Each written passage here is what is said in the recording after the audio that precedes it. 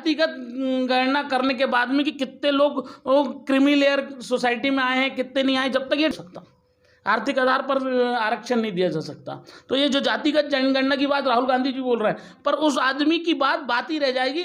ये ढपोसला बनाने वाली सरकार जो भाजपा बैठी है, ये बीच सदन में आएगी और बोलेगी हम आज 8 बजे के बाद सभी जातियों को बराबर करते हैं। अच्छा गगन जी चौधरी, मुझे बताइए आप जी, आप बीजेपी के खिलाफ है या कांग्रेस के खिलाफ है? मैं तमाम राजनीतिक व्यवस्था के खिलाफ हूँ। अच्छा। मैं all political party demolish movement को चला रहा हूँ, और मैं छिंदवाड़ा ही नहीं, पूरी भारत की जनता से ये आपके माध्यम से निवेदन करना चाह रहा हूँ कि आप पूरी भारत की जनता तक ये संदेश को पहुंचाएं कि जो आज इस मुल्क के हालात हैं वो इन पार्टियों के कारण है।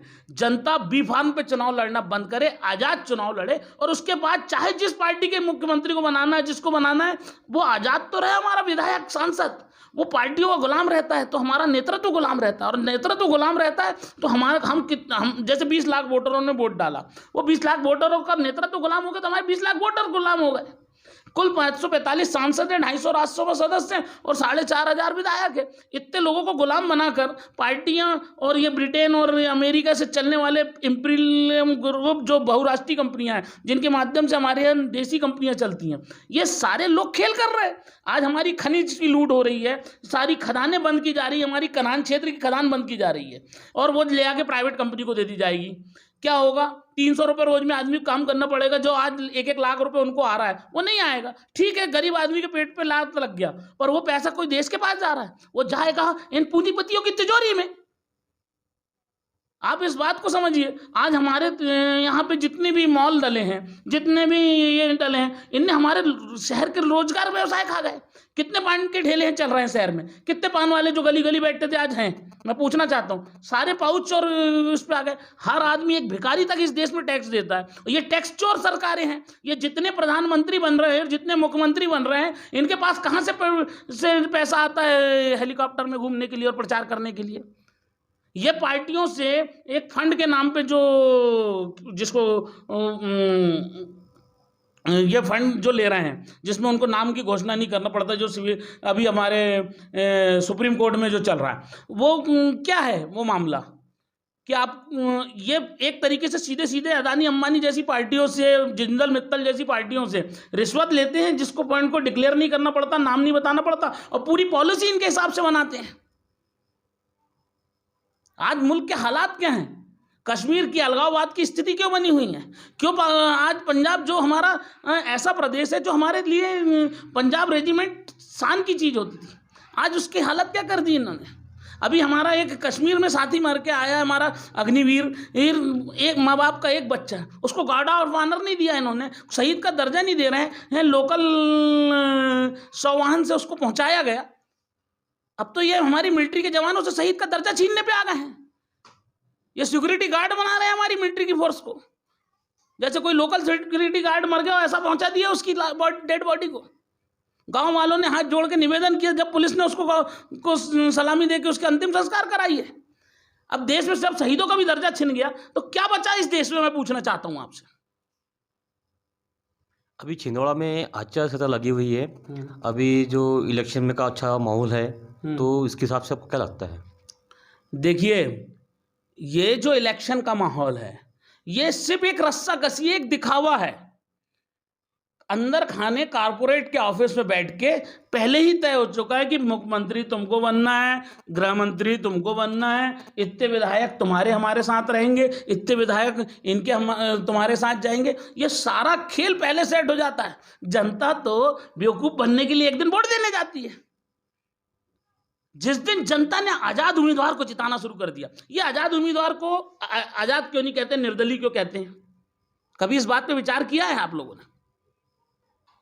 ये इसलिए कहते हैं आजाद उम्मीदवार को गुलाम उम्मीदवार, ये पूरे गुलाम उम्मीदवार।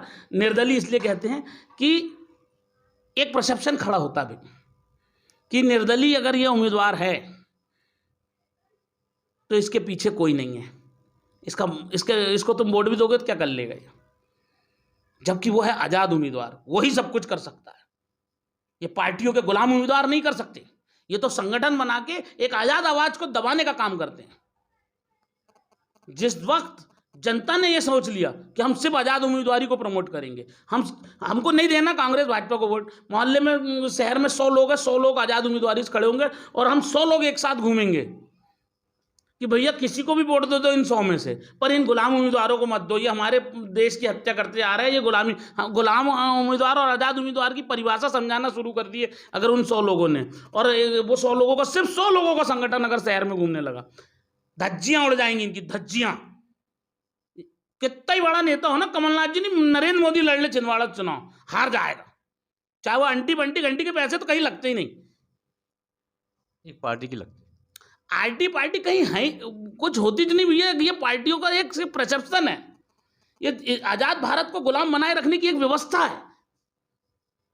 अच्छा, आप एक पार्टी से भी और संगठन से भी काम करते हो, पार्टी का और संगठन का नाम बताइए। मैं किसी पार्टी से काम नहीं करता, मैं जुनून फाउंडेशन का राष्ट्रीय संरक्षक हूँ, मैं भारतीय किसान यूनियन सिरसा का प्रदेश अध्यक्ष हूँ, और नेताजी सुभाष चंद्र बोस की एक गैर राजनीतिक संगठन है जो जिसको आज़ाद हिंद वाहिनी कहा जाता है, आज़ाद हिंद फौज, उसका मैं स्टेट प्रेसिडेंट हूँ। पर मैं इन सब नामों की भी मुखालत कभी नहीं करता या अपनी गाड़ी पे नहीं लिखाता, ना मैं कहीं शो करता हूँ। क्यों नहीं करता कि जहाँ डेजिग्नेशन आता है वहाँ हेजिटेशन आता है। मैं मेरे लोगों से, मेरे शहर के या मेरे लोगों पे ये धाक नहीं जमाना चाहता कि मैं फलाना हूँ, मैं सिर्फ इनका साथी हूँ, इनके साथ रहते इनको ये एहसास दिलाना चाहता हूँ कि एक आम आदमी जिसके पीछे ना कोई संगठन है, ना कोई ताकत है, ना कुछ है, वो भी इनकी जड़ें हिला सकता है। मैं सिर्फ इनको लड़ना सिखाना चाहता हूँ, मेरे साथ के युवा। नमस्कार, यशपुर प्रतिनिधि सूरज भिलकर। मैं भी फिलहाल नागपुर से आया हूँ छिंदवाड़ा में। अपने साथ में गगनजीत चौधरी है, जो इनके इतने सारे फॉलोअर है और अच्छी मानी हुई हस्ती है छिंदवाड़े से। इनसे अपन कुछ सवाल जवाब पूछेंगे और ये भी पूछेंगे। गगन जी, बताइए, अभी चुनाव का कुछ माहौल चालू है, उसके बारे में क्या बोलेंगे आप? चुनाव का जो माहौल हमारे छिंदवाड़ा और मध्य प्रदेश में इस समय में जो चुनाव होने जा रहे हैं, ये चुनाव नहीं है, ये एक रस्साकसी है, ये एक एंटरटेनमेंट है नेताओं का। क्योंकि मैं इन नेताओं को जो लड़ रहे हैं चुनाव, ये जनता के लिए लड़ ही नहीं रहे हैं मेरी नज़र में, ये सिर्फ एक दिखावा है। ये चुनाव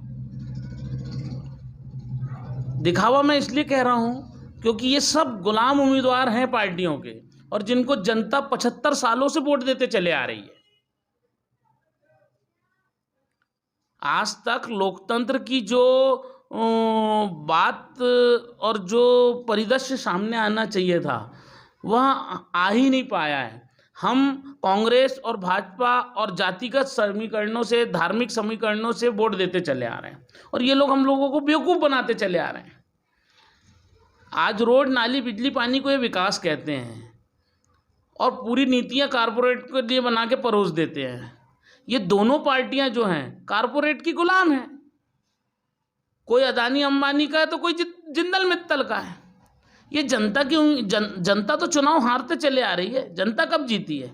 ये जिस गुलाम प्रत्याशी को, पार्टी के गुलाम प्रत्याशी को हमारे सामने परोस देते हैं, उसको चुनना हमारी मजबूरी रहती है। अच्छा, जो कुछ भारत संविधान के बारे में भरपूर सी जानकारी है, उसके बारे में क्या बताएंगे आप?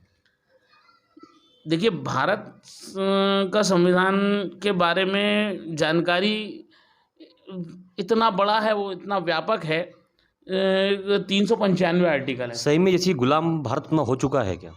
भारत गुलाम हो चुका है। आपने जैसे संविधान की बात की, तो संविधान की उद्देशिका की जो 8 लाइनें हैं, जब हम पढ़ते हैं, हम भारत के लोग भारत को संपूर्ण प्रभुत्व संपन्न, समाजवादी, पंथनिरपेक्ष, लोकतांत्रिक गणराज्य बनाने के लिए, तो इन शब्दों की हत्या हुई है कि नहीं हुई? सबसे पहली लाइन को ही देख लो आप। जहां हम लिखा है उसके बाद बिंदु है। मैं आपसे भी कहूंगा और आपके जो व्यूअर्स हैं उनसे भी कहूंगा कि वो अपनी गूगल में जाएं और संविधान की उद्देशिका लिखें, और उसको जैसे ही खोलेंगे तो जो मैं शब्द कह रहा हूं उसको आप मिलाइए, तो आप देखेंगे कि हम जहाँ लिखा है उसके बाद एक बिंदु लगा है। मैं पूछना चाहता हूँ, क्या इन राजनीतिक पार्टियों के समीकरण ने और इन राजनीति ने क्या हमें हम बनने दिया? क्या हम बनने दिया है क्या भाई साहब? मैं पूछ रहा हूँ। किसी को हमको हिंदू बना दिया, मुस्लिम बना दिया, सिख बना दिया, ईसाई बना दिया, इतने धर्मों का विभाजन करने के बाद 3700 जातियों में बांट दिया, इतना लड़वा दिया। आज हर चीज जातिगत समीकरण से हो रही है, धार्मिक समीकरण से हो रही है, राजनीतिक समीकरण से हो रही है। हम भारत के लोग बन पाए क्या? अच्छा, एक बात बताइए, अभी यहाँ के जो मामा जी है जी, शिवराज जी चौहान और कमलनाथ सिंह जी, उनके बारे में क्या बोलेंगे आप? ये दोनों सब एक हैं भैया। चाहे हमारे आदरणीय कमलनाथ, मैं कमलनाथ जी का दीवाना रहा हूँ, परंतु जब मैंने पूरे देश का भ्रमण किया, सभी स्टेटों में गया और किसान आंदोलन में मैंने एक एक प्रदेश को जाके समझा। मैंने हर प्रदेश में लगभग मेरी आम सभाएं हैं, ट्रांसलेटर रख के तक मैंने आम सभाएं लिया हूँ केरल और कर्नाटक में। मैंने जब समझा तो मुझे ये चीज़ समझ में आई कि यार सब धोखा है जनता के साथ। ये दोनों रहे, तीनों हो, बहुजन हो, समाजवादी हो, आम आदमी हो, जिस व्यक्ति ने इस देश में पार्टी बनाया उसने इस देश के साथ राजतंत्र की नीति अपनाया, पूंजीवादी व्यवस्था को अपनाया और इस देश के साथ गद्दारी किया है। हमारा गद्दार कोई हमारा पड़ोसी नहीं है, हमारा गद्दार कोई हमारा अलग जाति धर्म का व्यक्ति नहीं है। हमारे साथ गद्दारी की है पूंजीपतियों ने, राजाओं ने, कारपोरेट व्यवस्था ने और उनके नुमाइंदों ने। और हमारे कमलनाथ जी हों चाहे वो शिवराज सिंह चौहान हो, ये अंटी बंटी घंटी तो कहीं लगती ही नहीं है कमलनाथ जी के आगे। मगर ये सब मैं आपको खुली झूठ बोल रहा हूँ, ये सब कहीं ना कहीं कारपोरेट की उस गंदी व्यवस्था की व्यवस्था के पैदा हुए हिस्से हैं, जो इस आज़ाद भारत को गुलाम भारत बनाने की व्यवस्था को निर्मित करने के सूत्रधार रहे हैं। तो आपका कहना ऐसा है कि देश सही में गुलाम हो चुका है? जी हाँ, सन 47 से में जो हमारे देश की स्थिति थी उससे बदतर स्थिति में देश है भाई साहब। अच्छा, अभी आपने दिल्ली से तक आप पहुँचे थे, वहाँ दिल्ली से भी आपने कुछ झंडा गाड़ा हुआ है आपके किसान के माध्यम से, तो उसके बारे में क्या बोलेंगे आप? देखिए, हम किसानों ने जो कर दिया और जो इस देश के किसानों ने एक उदाहरण प्रस्तुत किया है, वो तो डेमोक्रेसी का एक ऐसा उदाहरण है कि सिंहासन खाली करो कि जनता आती है। वो ललकार हमने भरी थी, हमारे 750 किसान मर गए और हमारा चुनाव हुआ प्रधानमंत्री सदन में हंसता है। उसकी संवेदनहीनता आपने देखी है उस व्यक्ति की।